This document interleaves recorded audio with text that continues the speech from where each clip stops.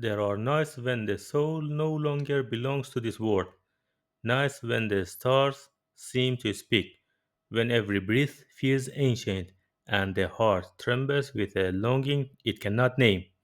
In such hours, Rumi's voice rises from the centuries like a companion in the dark, a guide, a lover, a mirror. He begins with an invitation, not to understanding, but to presence. Come, tonight, bring life again, for your hair is like the night of the beloved. The beauty of the moon that pours out light resembles your radiant face.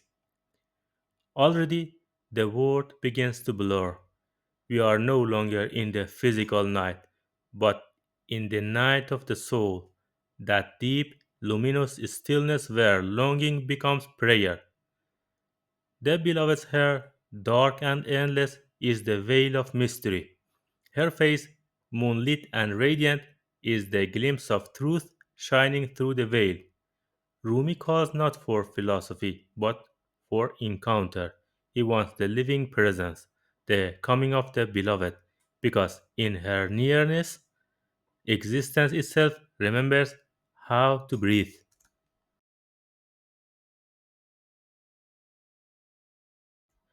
Around the heavens circle the wandering stars, like the exiled lovers of this world, and from the burning of their hearts, even reason forgets its work. Look up, Rumi says. Even the stars are restless. The entire sky is a map of longing. Each orbit, each turning, each shining is an act of yearning for the one. The stars, though high and serene, are not at peace. They are lovers in motion, forever circling the center they cannot reach, and in their ceaseless turning, even reason, the quiet content of the universe, loses its rhythm. For love does not move in straight lines. It spins, it burns, it forgets itself. Rumi sees in the sky what the mystic feels within, a vast motion of desire toward the beloved. The cosmos is not cold, it is alive with passion. Every planet, every atom is a lover in exile.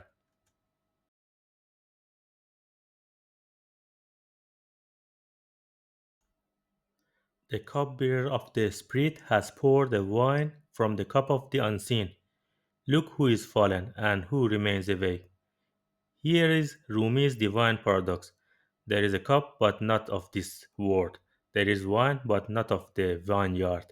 It is poured by the unseen hand, the cupbearer of the soul, the spirit that awakens by intoxication. Those who taste it fall, not into sleep, but into awareness. They stumble not into confusion, but into truth. For the for to fall is for to fall in this way is to rise beyond the limits of self. Look, Rumi says, see who remains awake, who among us can drink of this wine, the wine of annihilation, and still stand, who can stay conscious in the flood of love. Most fall into ecstasy, few remain as witnesses. Those who do, the awakened, become the stars by which others find their way.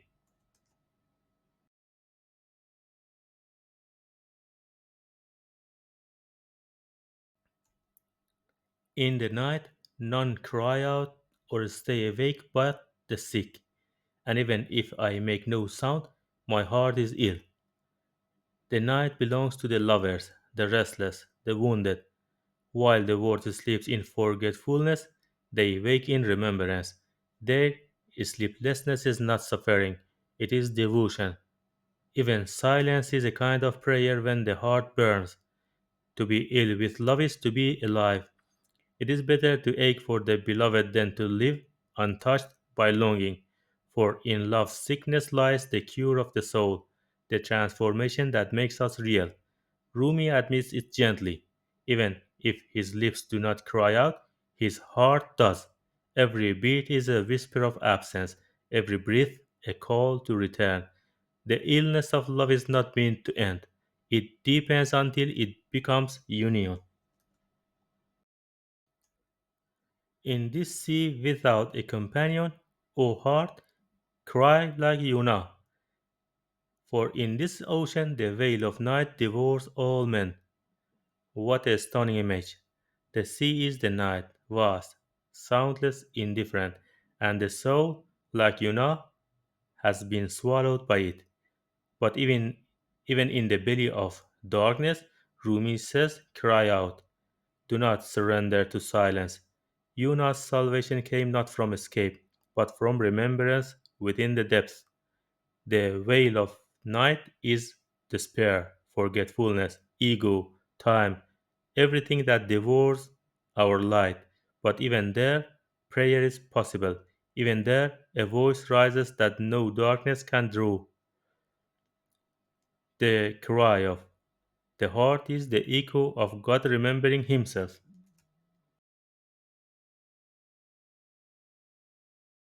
By night, it consumes both the low and the high, until no shop, no trade, no marketplace remains.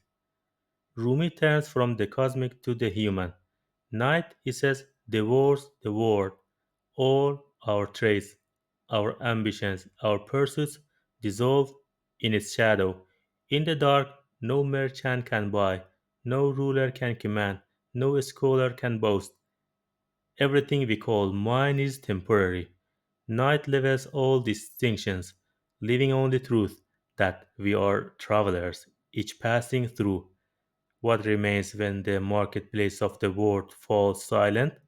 Only the heart and what it has loved. This is the wisdom of the mystic. The true market is not outside but within. The true bargain is not for foods, for goods, but for the soul. The currency is longing. The prophet is awakening. Where is Nasir, the servant of God? Where is Hafiz, the guardian of his land? Look, none remain but the creator of souls. Rumi names the absent, the righteous, the leaders, the saints, and finds that even they have passed. All names fade, all roles dissolve, even holiness is swallowed by time. Only the origin remains, the creator of souls, the one who is neither born nor lost. Rumi's gaze has become cosmic again. He looks across the centuries and sees that nothing endures but love itself. Our deeds, our prayers, our fame, all are waves that vanish into the same sea. Only the ocean abides. To realize this is not despair, it is freedom.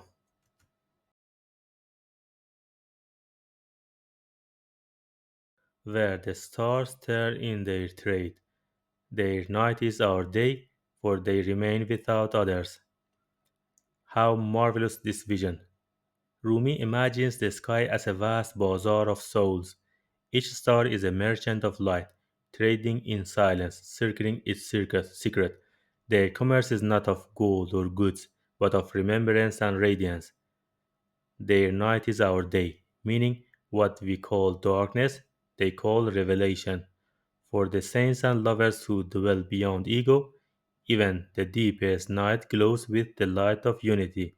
To be without others is to be beyond separation, beyond duality. It is to dwell in oneness, where love has no opposite.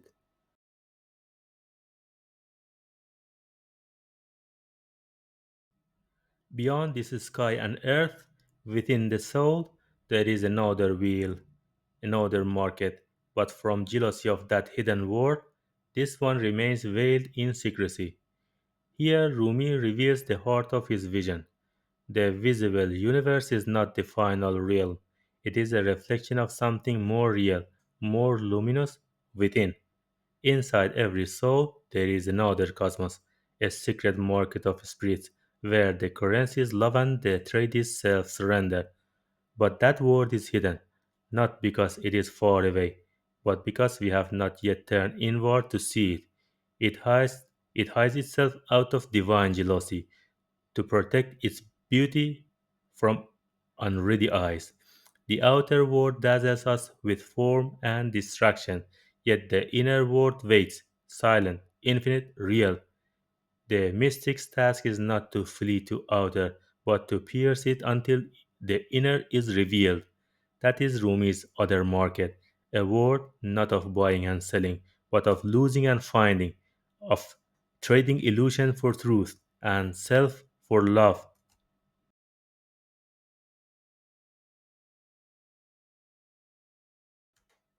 Every image in this ghazal, the moon, the stars, the wine, the night, the market, turns upon one axis, the soul's journey from separation to reunion.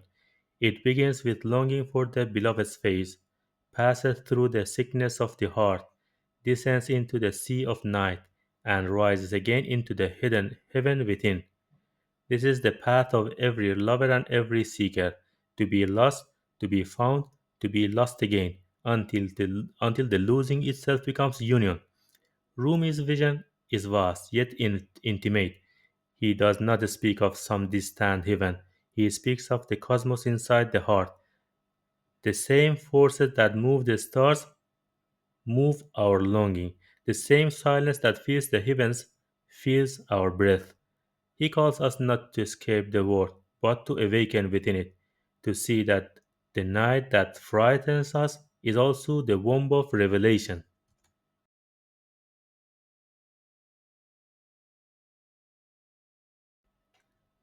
In the end, night is not darkness, it is mercy.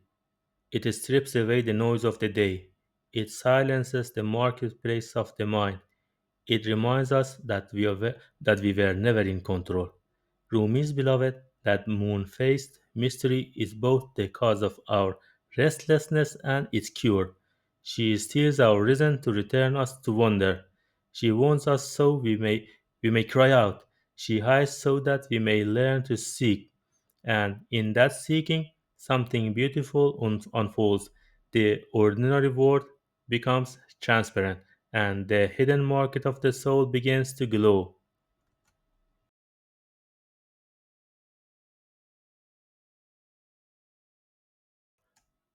There is a secret market, Rumi says, one that has no currency, no noise, no buyer or seller.